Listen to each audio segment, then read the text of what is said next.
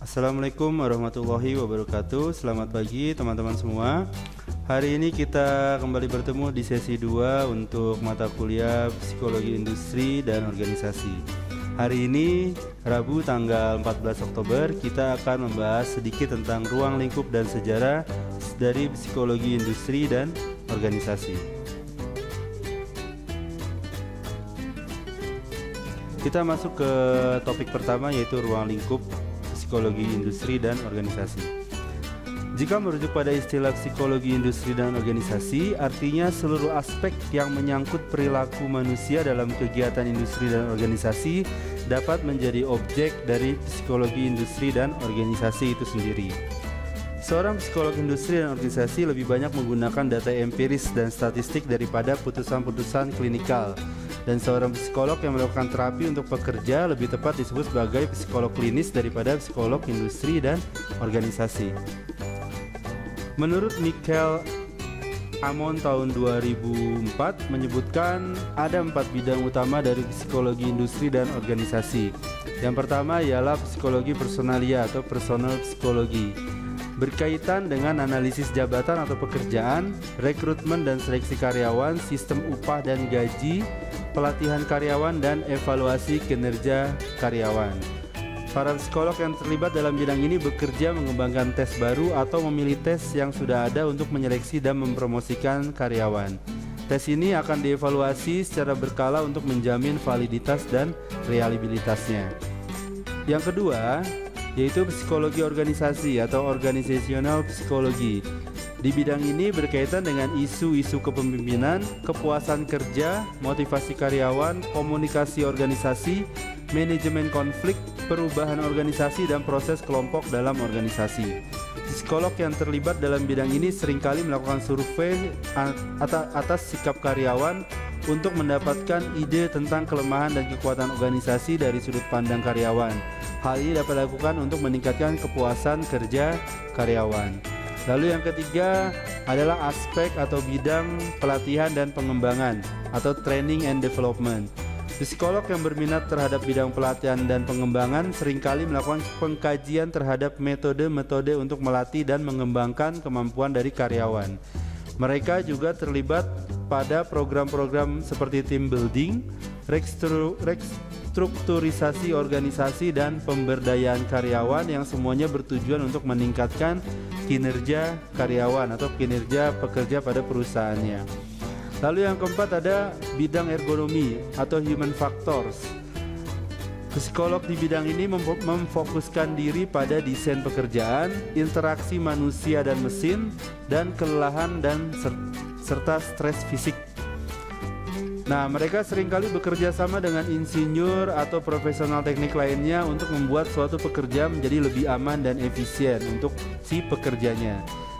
Kegiatan-kegiatan yang dilakukan dalam bidang ini antara lain mengkaji jadwal kerja yang optimal dan merancang desain kursi yang nyaman. Ini contohnya. Nah, ergonomi pada dasarnya nanti kalau kalian sudah mulai belajar tentang kuliah ergonomi tidak terbatas antara mesin dan manusia saja, tapi banyak aspek yang akan dibahas di bidang ergonomi. Pendapat ahli yang kedua yaitu Muchinsky tahun 2000. Dia membagi psikologi industri dan organisasi menjadi 6 bagian. Yang pertama yaitu seleksi dan penempatan atau selection and placement, di mana pada bidang ini mengembangkan metode-metode seleksi, penempatan, dan promosi karyawan. Terlibat dalam mempelajari pekerjaan-pekerjaan dan menentukan sejauh mana degree test dapat memperkirakan kinerja pada pekerjaan tersebut.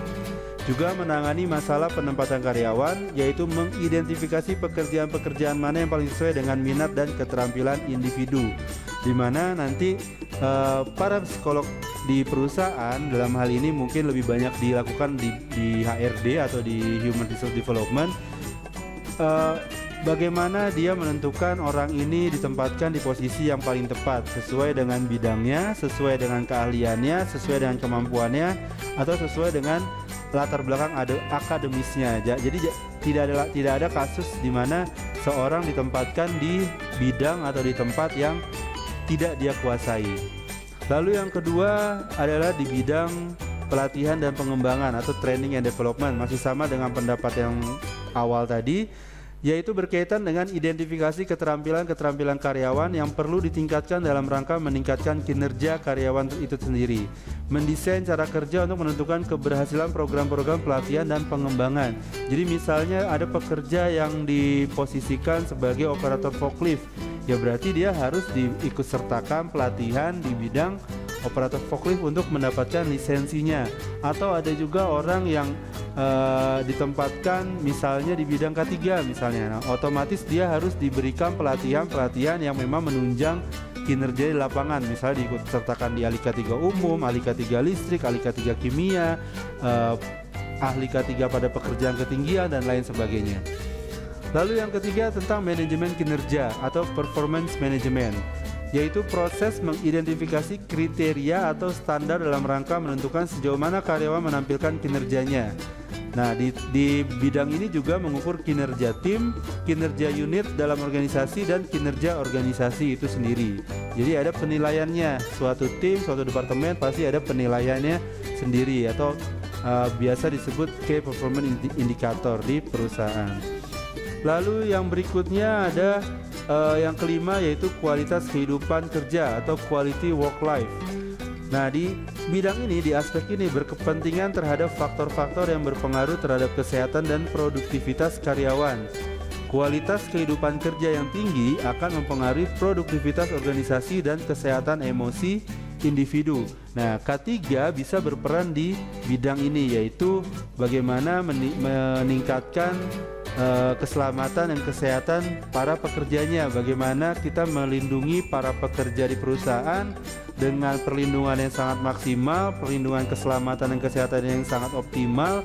Jadi pekerja atau karyawan dalam bekerja tidak merasa khawatir atau tidak merasa was-was akan terkena kecelakaan kerja, karena mereka sudah merasa yakin perusahaan telah menjamin keselamatan dan kesehatannya pada saat mereka bekerja melalui Departemen K3 atau melalui seorang HSC officer atau petugas K3 lapangan.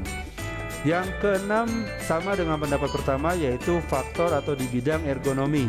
Bidang ini berkaitan dengan rancangan alat, peralatan, dan mesin-mesin yang sesuai dengan keterampilan manusia.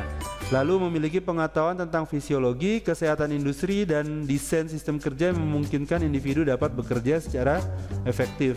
Sekali lagi, ergonomi tidak hanya terbatas kepada penyesuaian manusia dan mesin. Misalnya ada mesin yang didesain untuk tinggi tubuh orang yang sekitar 180 cm ke atas misalnya, sedangkan pekerjanya rata-rata 165, 170 cm, tidak ada yang lebih dari 180. Nah, bagaimana cara mendesainnya itu masuk ke dalam ranah ergonomi, misalnya diberikan pijakan kakinya supaya lebih mudah atau alat lainnya yang bisa membantu pekerjaan. Tapi tidak terbatas dengan hal tersebut. Ergonomi sifatnya sangat luas. Ergonomi sifatnya sangat banyak bidang yang bisa dicakup oleh ergonomi.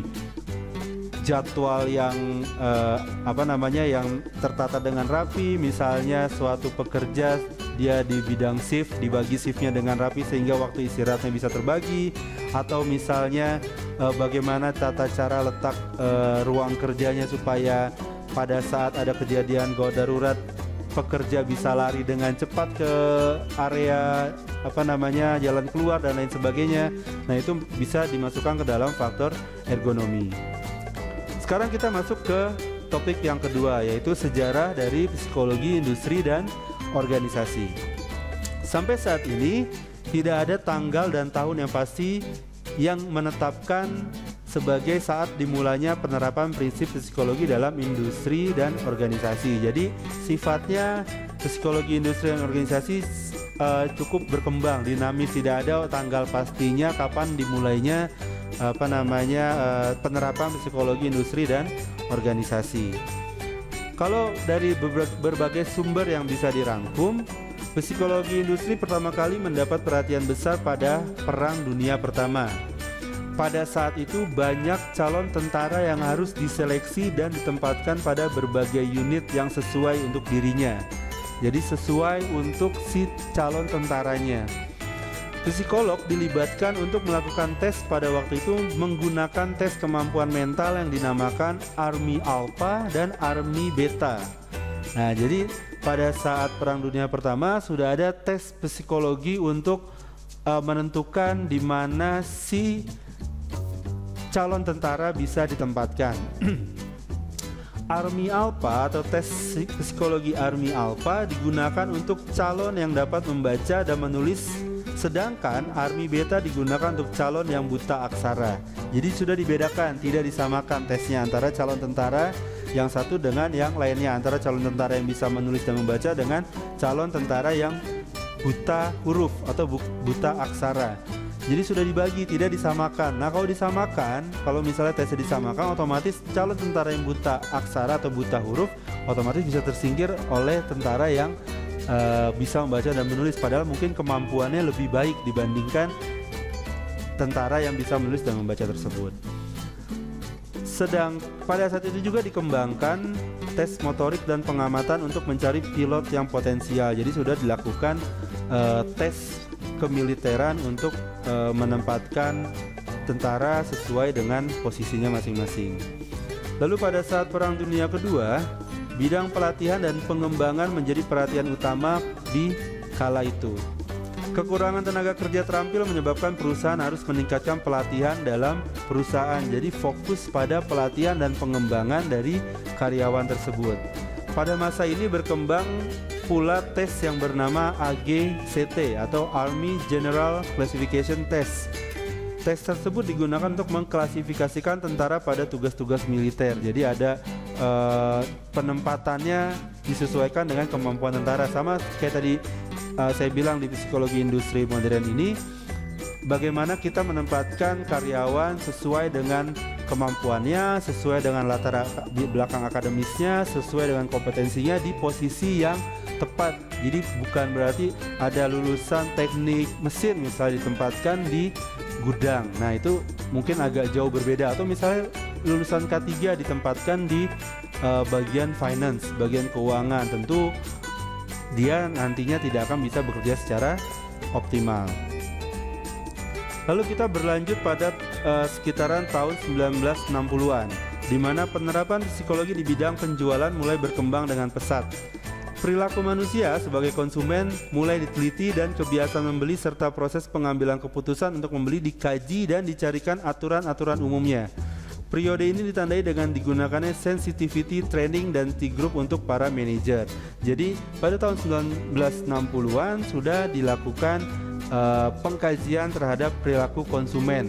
Jadi apa dasar yang melatar belakangi si konsumen membeli suatu produk. Nah, itu hal tersebut mulai dikaji oleh para ahli psikologi pada saat itu. Lalu pada tahun 1970-an, isu-isu psikologi industri dan organisasi tentang motivasi dan kepuasan pekerja mulai mendapat perhatian luas dan teori-teori tentang perilaku pekerja dalam organisasi mulai berkembang. Nah, pada tahun 1970-an mulai berkembang teori psikologi untuk mengkaji motivasi dan kepuasan pekerja di tempat kerjanya. Dan pada tahun 1980 sampai 1990-an ditandai dengan mulai digunakannya metode-metode statistik yang lebih canggih seperti PET analysis, multivariate analysis, dan lain sebagainya. Sedangkan pada periode sebelumnya metode statistik yang digunakan terbatas pada t-test dan korelasi.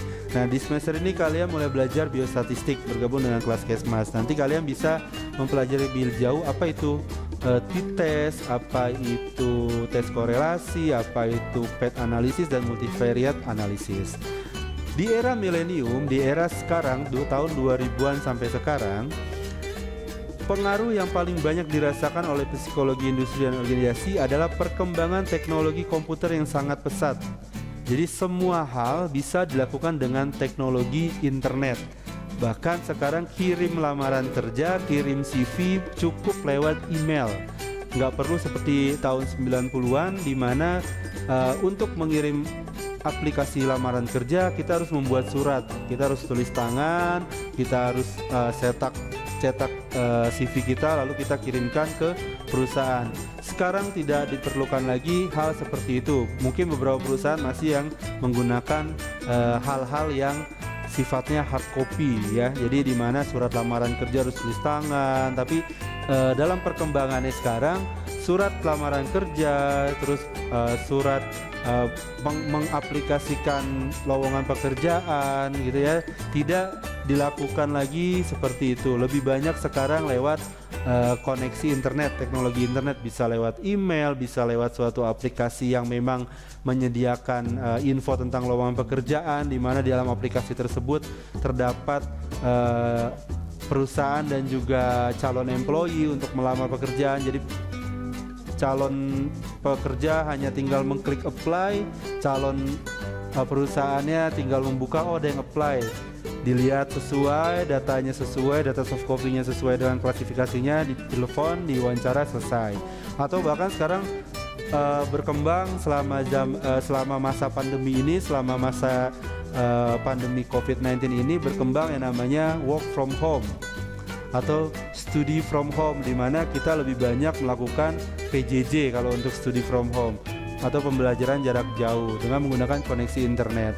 Di perusahaan sekarang ini sudah banyak diterapkannya WFH, di mana untuk misalnya ada agenda yang rutin, rapat bulanan, atau misalnya ada pembahasan yang penting, tidak perlu lagi pekerja atau karyawan untuk datang ke kantor, tapi tinggal duduk di depan laptop mengikuti rapat dan lain sebagainya. Jadi perkembangannya sudah sangat pesat, perkembangannya sudah sangat jauh dari periode sebelumnya.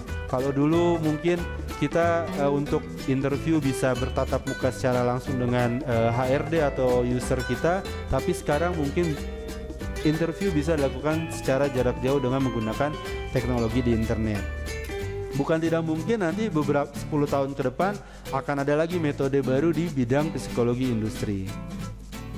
Baik, sampai di sini dulu materi kita untuk sesi 2. Sesi 2 ini kita membahas khusus tentang sejarah dan juga ruang lingkup psikologi industri. Seperti biasa, untuk diskusi dan tanya jawab kita akan teruskan di platform lainnya, di aplikasi lainnya, itu Google Classroom. Sampai bertemu di Google Classroom. Semoga materi hari ini atau sesi kedua hari ini bermanfaat untuk kalian semua, dan semoga nanti kalian ketika bekerja bisa menerapkan semua hal yang sudah dipelajari di perkuliahan. Akhir kata, assalamualaikum warahmatullahi wabarakatuh. Selamat siang semuanya.